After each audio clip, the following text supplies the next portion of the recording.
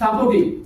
তোমাকে একাকে যেতে হচ্ছে ন্যাশনালে, তুমি একা যাচ্ছ ওখানে, এখানে কিন্তু টিম ওয়ার্ক কাজ করছে, টিম কাজ করছে। আমি তাদের কাছে নমুনাগুলো তুলে ধরলাম। এই দীপ্তি বোস তার ক্লায়েন্ট জানেই না যে তার অ্যাক্সিডেন্ট হয়েছে, সে ডাইরেক্ট সেলস আসামকে ফোন করেছে।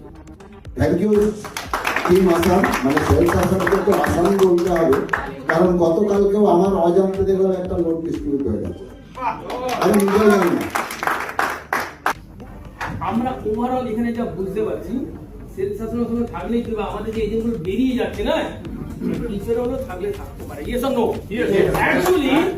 অ্যাকচুয়ালি আমরা যদি সঠিক পথটা করতে পারি, তাই তো নাকি? আমি নিজের কোর্টটা এখন যাই না, কোনো খুলে রেখিনি, প্রায় 1.5 লাখ টাকা ইনকাম করে নিয়েছি সেলস শাসন থেকে।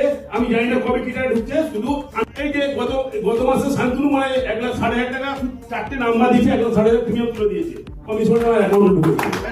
আমি একটা ফোনও করিনি, তুই 4টে নাম্বার দিই। কারণ একটা সেশন খতম হয়ে যায়, একটা সেশনের সূচনা। সেখান থেকে আমরা প্রথম জানতে পারলাম যে এমডি যে লক্ষ্য নিচ্ছেন, উনিও নিজে নিয়েছেন, আবার চিন্ময় দাও নিয়েছেন। এটা শিখে নিলাম যে আমাকে কত অ্যাসোসিয়েট বানাবে। এটা আমাদের প্রথম টার্গেট এই মার্চে। আমাদের মেজর পার্ট হচ্ছে এলআইসি, তাই না? তো এলআইসিতে আমাদের কনসেন্ট্রেশন 100% থাকবে। বাকি যেগুলো আমাদের সাইড আছে, যেগুলো আমাদের মিউচুয়াল ফান্ড, তারপর আমাদের জিআই, মেডিক্লেম, হেলথ যেগুলো আছে, সেগুলো তো আগে সামলানোর জন্য আছে, সব একজন এক্সপার্ট। আপনাদের বলবো বিশ্বাস করে হাতটা ধরুন আর আবার কাজটা শুরু করে দিন।